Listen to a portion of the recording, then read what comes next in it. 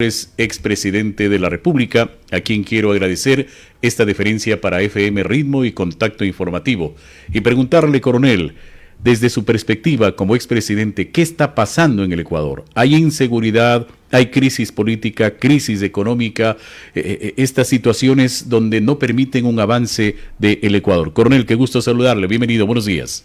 Buenos días, muchísimas gracias por la oportunidad, estimado Leonardo Yepes, y a los medios de comunicación pues que nos están retransmitiendo esta entrevista. Un saludo cordial a los amigos de Imbabura, de Ibarra y de todo el territorio nacional. Este saludo pues lo realizo desde el exterior. Estoy en un seminario de investigación, estuve en El Salvador, en los Estados Unidos, luego pues voy para Panamá, porque no solamente queremos quedarnos en la crítica. Definitivamente estamos en una de las peores crisis de nuestra historia. No solamente es una crisis de corrupción, hoy tenemos una crisis de narcocorrupción. No solamente es una crisis de justicia, tenemos una crisis de narcojusticia. Y no solamente hay una crisis institucional, tenemos narcoinstituciones. La situación en el Ecuador es gravísima y les hablo con algún conocimiento. Yo hice pues una maestría en paz, seguridad y defensa en la Universidad Nacional de España. Y lo que uno tiene que hacer es también investigar qué pasa en los países vecinos. Por ejemplo, estuve en El Salvador para saber cómo es que El Salvador, de ser uno de los países más inseguros del mundo, ahora es uno de los países más seguros del mundo. Y en el tema de seguridad, definitivamente es algo de lo que yo propuse hace algunos años en el Ecuador. Últimamente, en estos días, el presidente Bukele de El Salvador está impulsando la aprobación de la cadena perpetua para los sicarios, para los violadores, para los asesinos. Y con bombos y platillos, y el propio presidente impulsa ese proyecto de transformación de sanciones en la justicia salvadoreña. Ese proyecto yo lo presenté en el año 2023 en la Asamblea Nacional, y no solamente cadena perpetua para los violadores y sicarios, sino para los causantes del desastre nacional. Que ¿por qué existe el sicario? Porque hay corrupción política, porque hay corrupción de la justicia. Entonces la propuesta mía es cadena perpetua para el político corrupto, para el político ladrón, para el político que permite el fortalecimiento de estos grupos de delincuencia organizada, para el político que se roba la plata y luego se va del país a disfrutar del dinero robado con la complicidad de la justicia. Cadena perpetua para los jueces y fiscales corruptos que permiten también el fortalecimiento de estos grupos de delincuencia organizada, que luego de que los policías y los militares capturan a un delincuente, a un sicario, estos jueces, estos fiscales corruptos, en menos de 24 horas los dejan en libertad para que esos sicarios sigan matando a la gente, sigan extorsionando.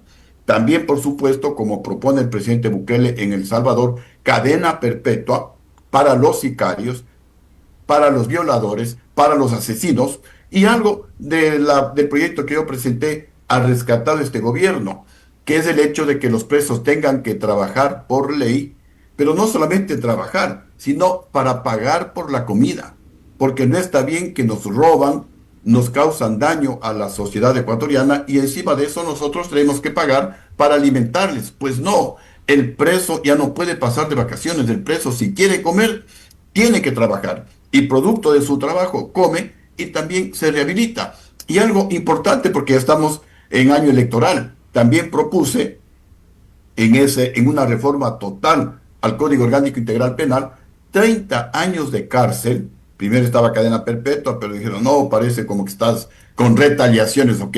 Entonces se le puso 30 años de cárcel para los consejeros del Consejo Nacional Electoral que hagan fraude electoral.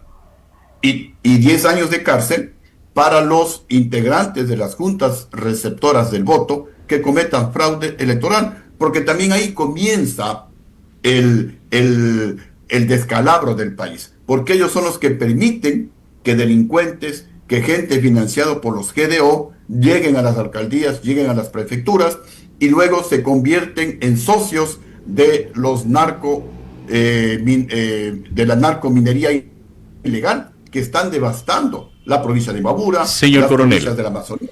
ahora, esta es la realidad la que está viviendo el Ecuador, lo que usted acaba de señalar, pero ahí hay un tema, hay temas de fondo donde la institucionalidad está en riesgo por todas las circunstancias que usted nos acaba de señalar. ¿Cuál es el tema de fondo? Recuperar la institucionalidad y que esté gente proba a través de concursos de méritos y oposición, pero transparentes, y permitan el cambio de la Corte Nacional de Justicia, del Consejo de la Judicatura, del CNE, de la misma Contraloría, de la Fiscalía y las otras instituciones, para que se pueda garantizar y transparentar. Este no es, si vale el término, la prioridad en la que se debería trabajar, pero ahí hay un tema. Necesitamos reformas profundas, no sé si a la Constitución o a las mismas leyes, coronel. Sí, también nosotros hemos propuesto desde hace algunos años atrás que el Ecuador no se va a salvar si es que no hay una reforma profunda, radical, a la institucionalidad democrática del país. Y el camino, ecuatorianos y amigos de Imbabura, no es a través de la Asamblea Constituyente. Porque si vamos a una Asamblea Constituyente, la Constitución Ya será vimos lo peor que que la pasó. actual, más favorable a la corrupción, a los delincuentes, lo que ya pasó. Y en el año 2008, nosotros pues de alguna manera nos lavamos las manos porque fuimos el único partido político que recorrimos todo el país. Estuvimos, por supuesto, en Imbabura, diciéndole al Ecuador que no conviene aprobar esa constitución porque si la aprobábamos, el Ecuador se convertiría en lo que es ahora, un basurero de la delincuencia internacional y un paraíso de los carteles de la droga. Y lastimosamente, esa es la realidad. Entonces, necesitamos una nueva constitución. Eso se le dijo al presidente Lazo, le hemos dicho al actual presidente, pero lamentablemente no escuchan, se creen todopoderosos y justamente la experiencia es de escuchar a ver qué dice la población, analizar las propuestas y entonces pues nosotros estamos impulsando lo que llamamos la tercera vía. Esta tercera vía es unirnos todos los ecuatorianos, exalcaldes, exprefectos, ex concejales, exasambleístas, gente con experiencia, gente que no tenga glosas, gente que no tenga grillete, gente que no tenga antecedentes penales, unámonos. En definitiva, ni los unos, ni los correístas, ni los otros, ni los novoístas. El resto del país unámonos para rescatar el Ecuador y en el año 2029 convoquemos a una mega consulta popular para aprobar una nueva constitución para que el pueblo con su voto, no asamblea constituyente, en una asamblea jamás van a aprobar cadena perpetua a los asambleístas, no se van a poner la soga al cuello. El que sí puede aprobar estas reformas profundas es el pueblo en una mega consulta popular y se debería tomar como base la constitución de 1998, que habría que mejorarla, que habría que modernizarla. La ventaja es que de un plumazo se acaban instituciones que nos han llenado de vergüenza, comenzando por el Consejo Nacional Electoral, que no garantiza transparencia electoral, continuando por el Consejo de la Judicatura, que es una vergüenza, y terminando con la institución más vergonzante que tenemos en el Ecuador, o más vergonzosa, que es el Consejo de Participación Ciudadana y Control Social. En esa mega consulta, aprobar un nuevo Código Orgánico Integral Penal con la cadena perpetua. Si no podemos cadena perpetua, seguirán robándose la plata alcaldes, prefectos, presidentes, ministros y se van del país. Y también un nuevo código de la democracia para volver a un Congreso bicameral. Primero, tomar nuevamente el nombre Congreso Nacional de la República, una Cámara de Diputados con 48 diputados no más, 2 por cada provincia y 24 senadores, uno por cada provincia, total 72, pero con requisitos para ser diputado, especialmente éticos. No pueden tener glosas, no pueden tener grillete, no pueden tener antecedentes penales y requisitos más exigentes para ser asambleísta. Y también una propuesta polémica, que algunos me dijeron que no, otros les gusta la idea, para reducir aún más el tamaño del Estado. Y es pasar de 24 prefecturas que actualmente tenemos en el Ecuador, uno por cada provincia, a 4 gobernaciones regionales, una por la Amazonía, otra por la sierra, otra por la costa y una por la región insular. Y pasar de los 222 municipios que actualmente tenemos en el Ecuador a 23 alcaldías mayores. 6 provincias tenemos en la Amazonía, 6 alcaldías mayores. 10 provincias en la sierra, 10 alcaldías mayores. 7 en la costa, 7 alcaldías mayores. Entonces se va a lograr un cambio y una reducción importante en el tamaño del Estado, un ahorro importante. Y asimismo, por ley, por constitución, se debe aprobar que todo ese ahorro se va a invertir primero en educación. Porque si no mejoramos la educación, nuestro pueblo va a seguir votando por los delincuentes, nuestro pueblo sigue votando por los verdugos, nuestro pueblo sigue votando por el que le regala una funda de comida, aunque después le robe 4 años, sigue votando por el que sale en las redes sociales, el que baila TikTok, el que regala cosas, el que va en autos de lujo, porque de alguna manera se crean ese estereotipo y por eso tenemos muchos niños que están pues como gatilleros de los grupos de delincuencia organizada. Ahora, coronel. Cambios profundos nos van a llevar a un nuevo, ahí sí, pues a un nuevo Ecuador y no solamente el nombre como tenemos ahora. Usted acaba de señalar algo importante, ponernos de acuerdo entre todos los sectores. Hoy el país está viviendo una polarización entre RC y ADN y muy pocos son los partidos o los independientes que están, por ejemplo, en la Asamblea Nacional y va a depender de estos acuerdos que se haga. ¿Considera usted de que estamos en capacidad de que este proyecto, que puede ser un sueño, coronel, pueda convertirse en realidad, pero con consensos y que la nueva generación de políticos, hoy hay jóvenes en la Asamblea, el presidente es joven, en las instituciones hay jóvenes, puedan ponerse de acuerdo para construir esa nueva hoja de ruta o esta nueva mega constitución, como lo ha señalado? Mire, para esto se requiere un poquito de experiencia, ¿no? Y tenemos que mirar el entorno mundial. El presidente de Estados Unidos, la primera potencia mundial, más de 70 años.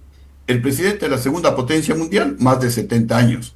El presidente de la tercera potencia mundial, más de 70 años. El presidente de la primera potencia latinoamericana, más de 80 años. Entonces, eso significa experiencia. Por algo antes había el consejo de ancianos.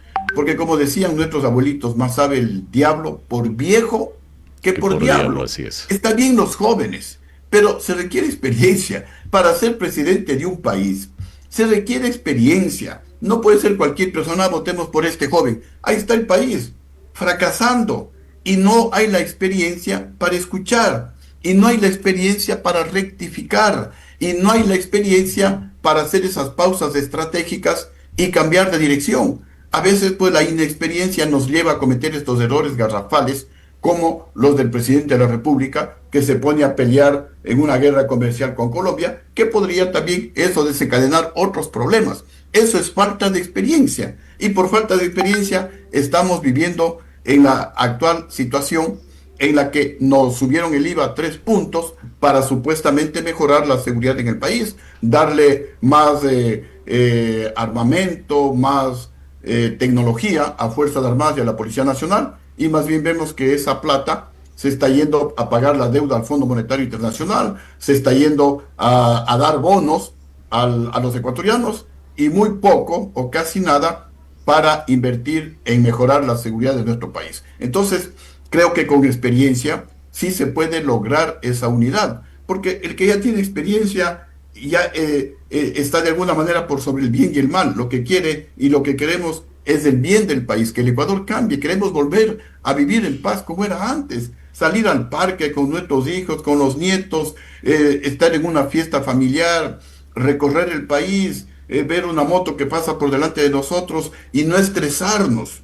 Ahora vemos una moto, uno se estresa y el estrés le enferma a la persona. Ahora, coronel, esta es la situación que está viviendo actualmente el Ecuador. ¿Consideraría usted, con su experiencia y como ex primer mandatario, las acciones, por ejemplo, como ha señalado el propio gobierno, estamos en guerra con estos grupos narcodelictivos, narcopolíticos, violentos, de sicariato? ¿Son las acciones correctas que se está tomando? Por ejemplo, hay en estos instantes toque de queda en 4 provincias. Hasta el día de ayer que se entregó información, 470 detenidos, 4 sujetos de alto valor que han sido detenidos.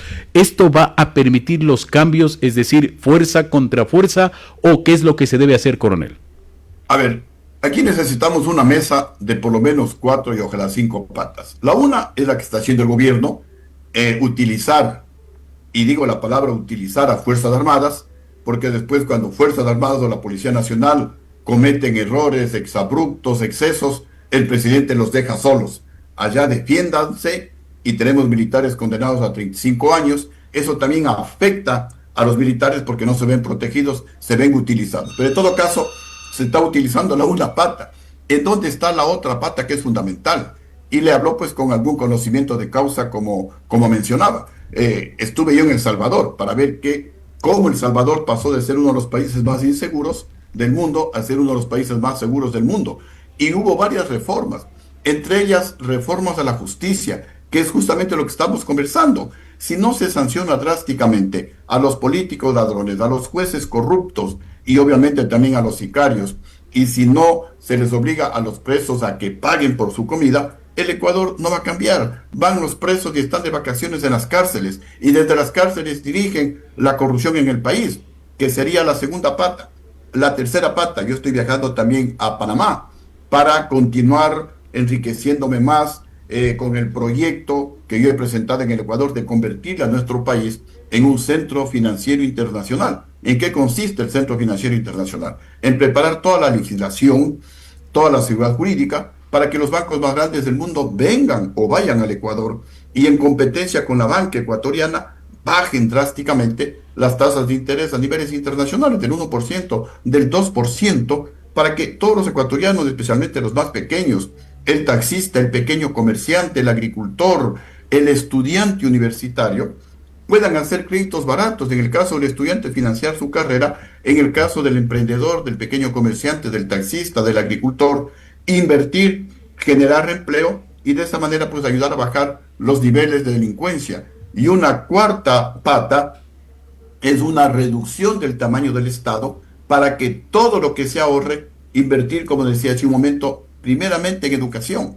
Si no educamos al pueblo, el pueblo sigue votando por los delincuentes, sigue votando por sus verdugos, sigue votando por los que están prófugos del país. Segundo, invertir en salud, porque también un pueblo enfermo no puede trabajar, no puede estudiar. Necesitamos invertir en salud. Y tercero, en infraestructura. Necesitamos buenas carreteras para que nuestros agricultores saquen sus productos de consumo a los mercados masivos. Con estas cuatro patas y una quinta que es muy importante, el mandatario tiene que dar ejemplo. No puede el presidente de la República aprobar una ley en la que los municipios y prefecturas deben solamente gastar el 30% en gasto La corriente. reforma hacia el COTAD. Invertir la reforma, que está bien. Yo estoy de acuerdo con esa reforma porque tienen que optimizar nuestros municipios y nuestras prefecturas el gasto público. No pueden seguir trayendo artistas internacionales para ganar votos mientras no hay agua potable, mientras no hay alcantarillado. Pero no se puede exigir eso a los municipios y prefecturas cuando el presidente sigue malgastando el dinero, cuando el presidente se gasta $130,000 en refaccionar un baño o dos baños. Por el amor de Dios, ahí hay un sobreprecio, pero tremendo. Y también hablo como profesional de la materia, como ingeniero civil. Entonces, no se puede comandar si es que no es con el ejemplo, que sería la quinta parte. Entonces, en resumen, necesitamos, sí, utilizar en el buen sentido de la palabra a las Fuerzas Armadas y a la Policía Nacional para enfrentar a la delincuencia. Dos, se requieren reformas de la justicia, reformas radicales, comenzando con la sanción a los políticos ladrones y continuando por los jueces. Correcto, coronel. Reformas económicas. Si no le damos alternativa, el pueblo deja de robar. ¿Y qué hace? No tiene alternativas de trabajo. Y cuarto, pues también una reducción importante del tamaño del Estado y la quita, sí, comandar con el ejemplo. Correcto. Coronel, dos preguntas más debido a su tiempo y su agenda. Hoy se habla ya de calentar las calles, se habla de una posible revocatoria de mandato por parte de sectores indígenas. ¿Cuál es su criterio, coronel? A ver, dentro de esta propuesta de constitución, a más de estos cambios radicales que proponemos de regresar a las 3 funciones del Estado, también hay algunos otros cambios que también son importantes. Por ejemplo, eliminar la figura del vicepresidente de la República por la inestabilidad que ha generado, no solamente en el gobierno mío, sino desde la época de nuestro presidente Velasco Ibarra. Dos, también nosotros proponemos, obviamente todo es para la discusión, eliminar la revocatoria del mandato y eliminar la muerte cruzada ¿Por qué? Porque eso genera inestabilidad. En Así estos es. momentos el Ecuador necesita más estabilidad. Yo he criticado mucho al actual presidente de la República porque el gobierno está metido en actos de corrupción como Progen, como Hersbir, como Austral, como la misma condonación de deudas a los deudores morosos más ricos del país. Pero una revocatoria del mandato va a generar más inestabilidad y los que más se sienten afectados es la gente pobre, porque nadie va a querer invertir en un país que no se sabe si se va o se queda el presidente de la República. Sin embargo, vemos un presidente que no escucha, que no cumple sus compromisos. Dijo que no va a subir el IVA y lo primero que hizo es subir el IVA, que no iba a subir los combustibles y lo primero que hizo es subir los combustibles. Un presidente que genera ya de por sí incertidumbre en el país, utiliza a la gente, utiliza a las Fuerzas Armadas, utilizó a los mismos de la RC5, les utilizó para él condonarse las deudas, porque fue con el voto correísta. Yo era asambleísta en esa época, me opuse tenazmente a la condonación de deudas a los deudores morosos más ricos del país y acaba de utilizar a los mismos correístas para aprobar esta ley de reformas electorales para que si no se saque en una sola vuelta el 5% o un determinado número de concejales, de alcaldes y de asambleístas, cuando hay elección de asambleístas, los partidos se eliminan. Y ahora pues con la misma medicina le está eliminando a RC5, porque si en 9 meses no les levantan la sanción, no van a poder participar en las próximas elecciones, van a tener 0% electoral, 0 concejales, 0 alcaldes, en definitiva se van a eliminar con la ley aprobada por ellos mismos. Entonces el presidente utiliza la A gente. propósito de eso, coronel, Eh, ¿qué pasó con su partido? También estaba en un proceso de investigación en el CNE y en el Tribunal Contencioso Electoral. Ya, sí, voy a eso para finalizar con la pregunta anterior en forma muy rápida. Entonces, tenemos que colocar en la balanza qué genera más incertidumbre. Un presidente como el actual que incumple, que es incumplido, que no incumple los acuerdos, los compromisos con la población, que utiliza a la gente, o una revocatoria del mandato.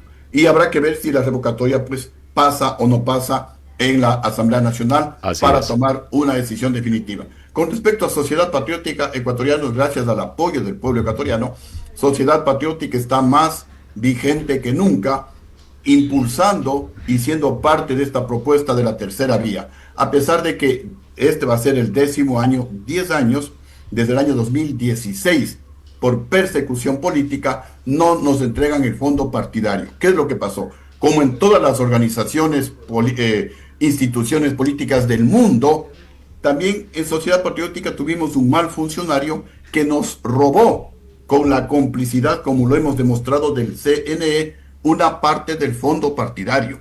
Nosotros presentamos la denuncia en la Fiscalía y en la Contraloría, y la Fiscalía y la Contraloría dijo: el señor Pedro Moncayo es responsable económico, se robó la plata.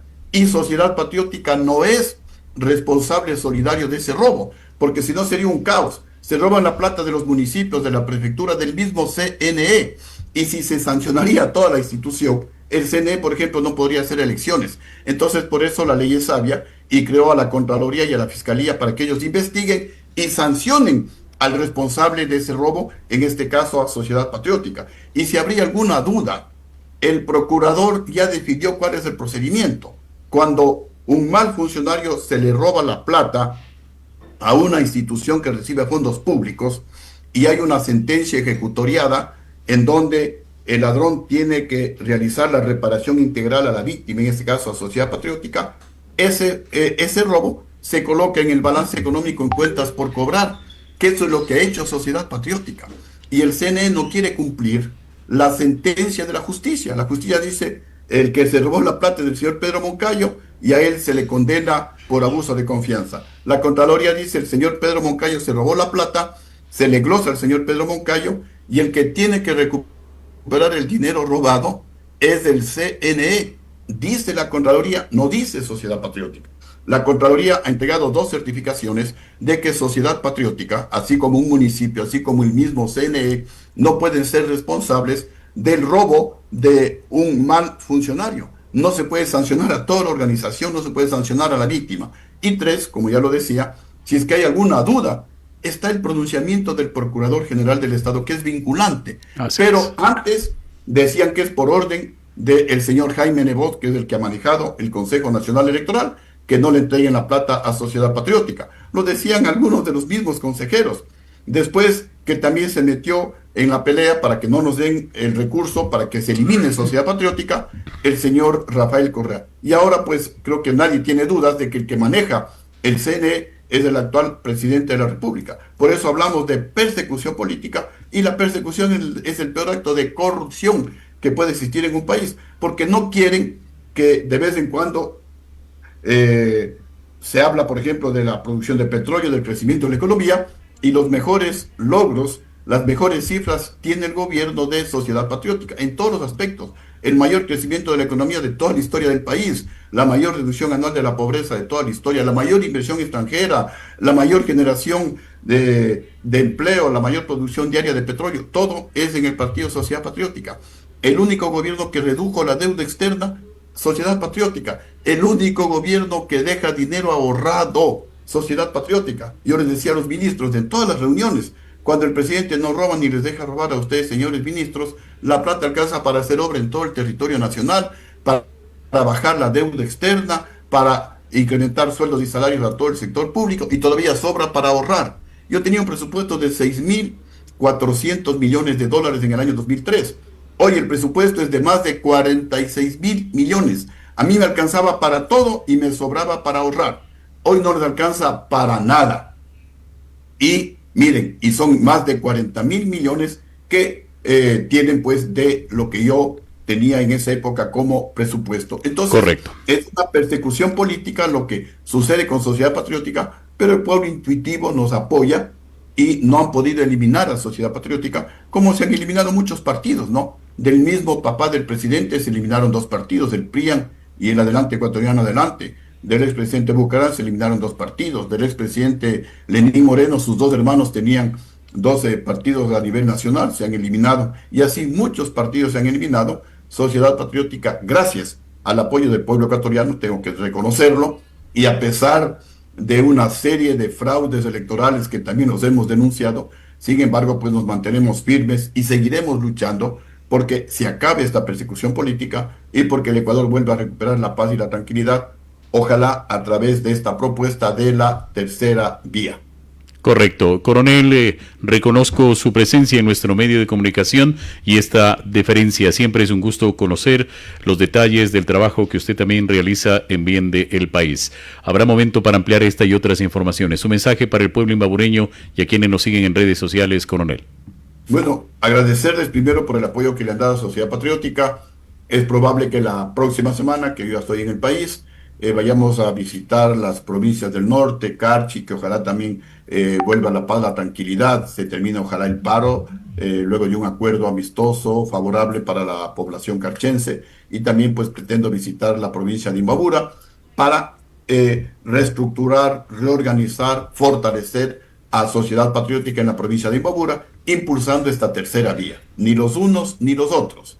Necesitamos gente con experiencia, gente honrada, gente patriota, gente que no tenga glosas, que no tenga grillete, que no tenga antecedentes penales, porque es la única manera, rescatando los valores éticos, rescatando los valores morales, rescatando los valores patrióticos, es como podemos recuperar la paz, la tranquilidad en nuestro querido Ecuador, que yo creo que ya es el momento de que nos unamos, de que nos pongamos de acuerdo y rescatemos a nuestra querida patria, que se desangra, que se cae a pedazos lamentablemente, pero no siempre ha estado tan mal. Hubo momentos en que el Ecuador, pues ya lo mencioné, éramos el país que más crecía de toda América.